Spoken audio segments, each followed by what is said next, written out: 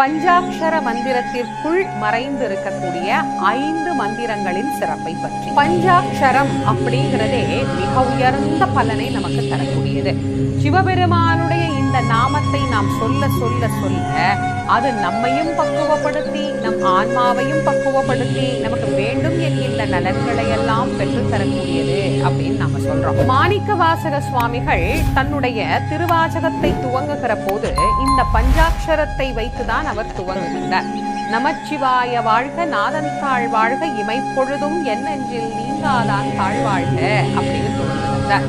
பஞ்சாட்சரம் அப்படிங்கிறது மிக உயர்ந்த பலனை நமக்கு பெற்று தரக்கூடியது இல்லையா? அந்த பஞ்சாட்சரத்திலேயே எப்படி சொல்றது? நமச்சிவாயன்னு சொல்றதா, இல்ல சிவாய நமன்னு சொல்றதா, இல்ல சிவய நமன்னு சொல்றதா, சிவய சிவன்னு சொல்றதா, சிவசிவன்னு சொல்றதா, இப்படி பல குழப்பம் பல பேருக்கு பல நாட்களா இருந்துட்டு இருக்கு. நான் ஏற்கனவே சொன்ன ஒரு பதிவுல கூட இதை பற்றி பின்னாளில் உங்களுக்கு நான் ஒரு தெளிவான பதிவு தரேன் அப்படின்னு சொல்லியிருந்தேன். அதனால இன்றைக்கு அதற்குள் மறைந்திருக்கக்கூடிய அழகான 5 மந்திரங்களுக்கும் உண்டான விளக்கத்தை நாம பார்க்க போறோம். பஞ்சாட்சரத்திற்கு உள்ளே 5 பஞ்சாட்சரங்கள் நமக்கு அமைந்திருக்கு. அது என்னென்ன அப்படிங்கிறத முதல்ல நாம பார்ப்போம்.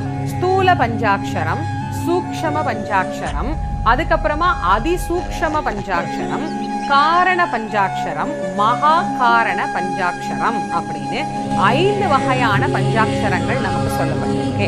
சரி, இதுல எந்த நாமா எதில் அடங்கி இருக்கு அப்படின்னு தெரிஞ்சுக்கணும் இல்லையா? ஸ்தூல பஞ்சாட்சரம் அப்படிங்கிறது நம சிவய அப்படிங்கிற நாமமும், சூக்ஷ்ம பஞ்சாட்சரம் அப்படிங்கிறது சிவய நம அப்படிங்கிற நாமமும், அதிசூக்ஷ்ம பஞ்சாட்சரம் அப்படிங்கிறது சிவய சிவ அப்படிங்கிற நாமமும், காரண பஞ்சாட்சரம் அப்படிங்கிறது சிவ சிவ அப்படிங்கிற நாமமும், மகா காரண பஞ்சாட்சரம் அப்படிங்கிறது சி அப்படிங்கிற நாமமும் நமக்கு சொல்லப்பட்டிருக்கு.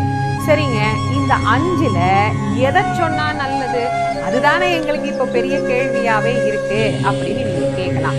முதல்ல இதுல வரக்கூடிய எல்லாம் மாறி மாறி வந்தாலும் 5 எழுத்துக்கள் தானே. இந்த 5 எழுத்துக்களுக்கும் என்ன சிறப்பு அப்படிங்கறத நம்ம முதல்ல பார்ப்போமா?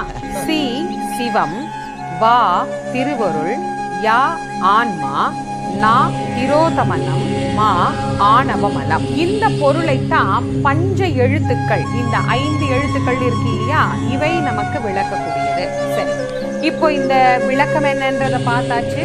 இது எது எந்தெந்த நாமத்துக்கு உரியது அப்படிங்கிறதையும் நாம பார்த்தாச்சு. இப்போ இந்தந்த நாமங்களை சொன்னால் என்ன பலன் கிடைக்கும் கூடியது? ஸ்தூல பஞ்சாட்சரம் நம சிவய, உலக இன்பங்கள் நமக்கு கிட்டும், இறைவனது திருவருளை பெற இதுவே முதற்படி. சிவய நம, உலக இன்பத்தோடு சேர்த்து இறை அருளையும் நமக்கு பெற்றுத்தரும். சிவய சிவ, மும்மலங்களை நீக்கி திருவடி நிழலில் மூழ்கி இருக்க இது உதவும். சிவ சிவ, வாசனாமலங்களை நீக்க பேருதவி செய்யும். சி, பெற்ற திருவடி பேற்றை எப்போதும் நம்முடன் நீங்காது இருக்க உதவி செய்யும்.